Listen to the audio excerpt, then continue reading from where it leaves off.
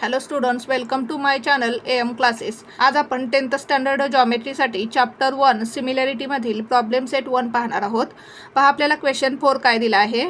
In figure angle ABC is equal to angle DCB is equal to 90 degree. आता या ठिकाणी आपल्याला figure दिलेले आहे. या फिगरमध्ये अँगल ABC आणि अँगल DCB हे दोन्ही अँगल्स 90 डिग्री आहेत. AB is equal to 6, AB ची लेंथ आपल्याला दिलेली आहे 6, DC is equal to 8, DC ची लेंथ दिलेली आहे आपल्याला 8 आणि आपल्याला काय फाइंड करायचं आहे, triangle ABC and triangle DCB या दोन ट्रायंगलच्या एरियाचा रेशो आपल्याला फाइंड करायचा आहे. आता या फिगरमध्ये आपल्याला 2 ट्रायंगल्स दिसत आहेत. Triangle ABC and triangle DCB हे 2 ट्रायंगल्स आपल्याला दिसत आहेत. ट्रायंगल ABC, हा triangle ABC and triangle DCB. Triangle ABC and triangle DCB हे 2 ट्रायंगल्स आपल्याला दिसत आहेत. आता या दोन्ही ट्रायंगल्सचा बेस इक्वल आहे.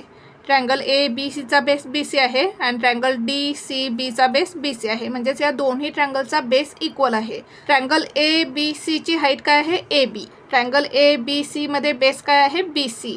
आणि या BC च्या अपोजिट व्हर्टेक्समधून हा जो परपेंडिक्युलर काढलेला आहे ही या ट्रायंगलची हाईट आहे. म्हणजेच ट्रायंगल ABC ची हाईट AB आहे.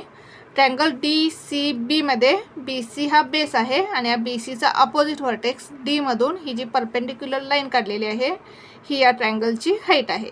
म्हणजेच DC ही या ट्रायंगलची हाईट आहे. आणि आपल्याला प्रॉपर्टी माहिती आहे, जर 2 ट्रायंगल्सचा बेस इक्वल असेल तर त्या 2 ट्रायंगल्सच्या एरियाचा रेशो हा कशाशी प्रोपोर्शनल असतो, त्यांच्या करस्पॉन्डिंग हाईटशी प्रोपोर्शनल असतो. ही प्रॉपर्टी यूज करून आपण एक्झाम्पल सॉल्व करू. पहा सॉल्व करू आपण example. Triangle ABC and triangle DCB have same base BC. लिहून घेऊ आपण. Triangle ABC and triangle DCB have same base that is BC. आता आपल्याला काय काय दिलेलं आहे लिहून घेऊ आपण. AB is equal to 6, DC is equal to 8 हे आपल्याला दिलेलं आहे. रिझन लिहू आपण या ठिकाणी गिवन.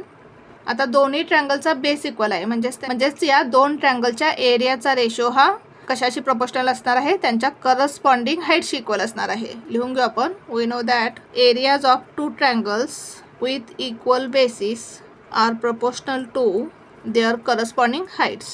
जर 2 ट्रायंगल्सचा बेस इक्वल असेल तर त्या 2 ट्रायंगलचा एरिया हा कशाशी प्रोपोर्शनल असणार आहे, त्यांच्या करस्पॉन्डिंग हाईटशी प्रोपोर्शनल असणार आहे. Therefore area of triangle ABC upon area of triangle DCB is equal to. आता दोन्ही ट्रायंगलची हाईट आपण लिहून घेऊ. ट्रायंगल ABC ची हाईट काय आहे, AB. ट्रायंगल DCB ची हाईट काय आहे, DC इज इक्वल टू. आता AB ची व्हॅल्यू किती दिलेली आहे आपल्याला, 6. DC ची व्हॅल्यू किती दिलेली आहे आपल्याला, 8. म्हणजेच काय 6 अपॉन 8. AB किती दिलेला आहे आपल्याला, 6 अपॉन DC किती दिलेला आहे आपल्याला, 8. आता भाग घालू आपण. 2 3 जार 6, 2 4 जार 8. म्हणजेच काय या ठिकाणी 3 अपॉन 4. म्हणजेच या 2 ट्रायंगल्सच्या एरियाचा रेशो आपल्याला काय मिळाला, 3 अपॉन 4.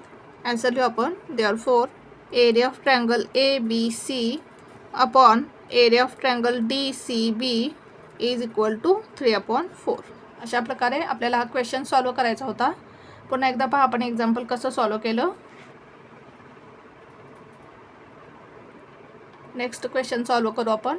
क्वेश्चन 5 काय दिला आहे पहा आपल्याला. या ठिकाणी आपल्याला एक फिगर दिलेले आहे. या फिगरमध्ये PM ची लेंथ दिलेली आहे आपल्याला 10 सेंटीमीटर. या PM ची लेंथ दिलेली आहे 10 सेंटीमीटर.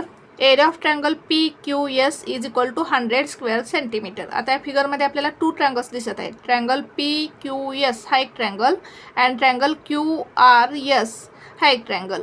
आपल्याला PQS या ट्रायंगलचा एरिया दिलेला आहे 100 स्क्वेअर सेंटीमीटर. त्याचबरोबर एरिया ऑफ ट्रायंगल QRS दिलेला आहे 110 square centimetre.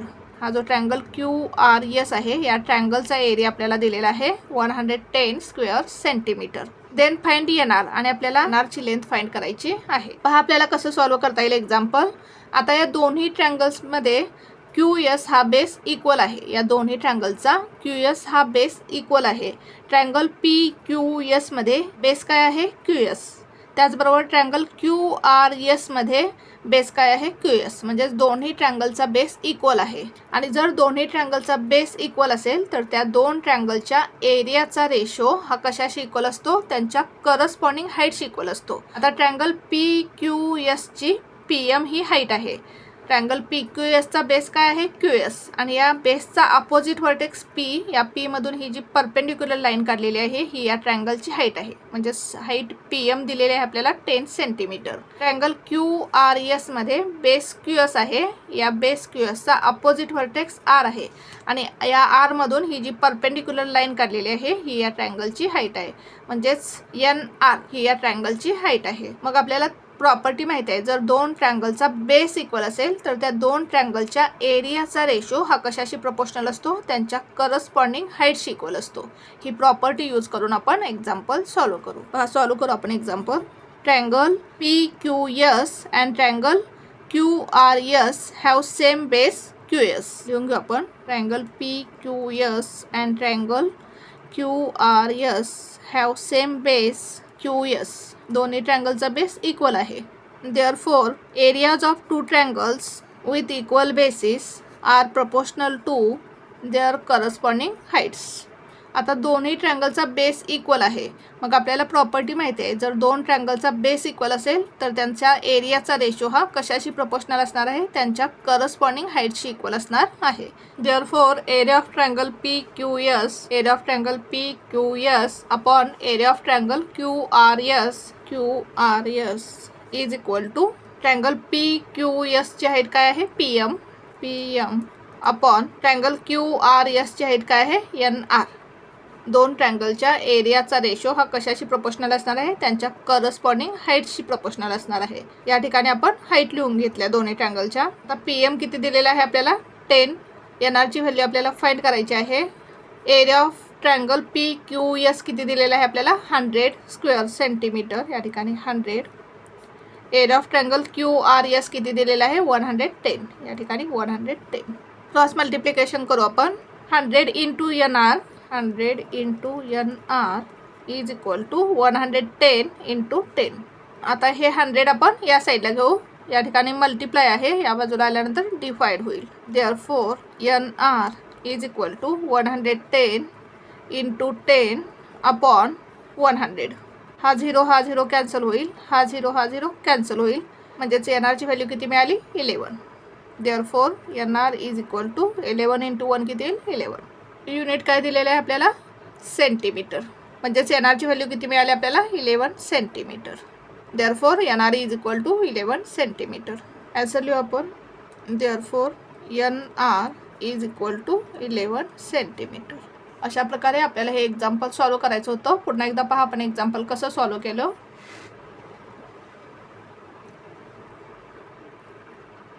Thank you for watching this video. जर तुम्हाला व्हिडिओ आवडला असेल तर व्हिडिओला लाईक करा, कमेंट करा, शेअर करा आणि चॅनलला सबस्क्राईब करा.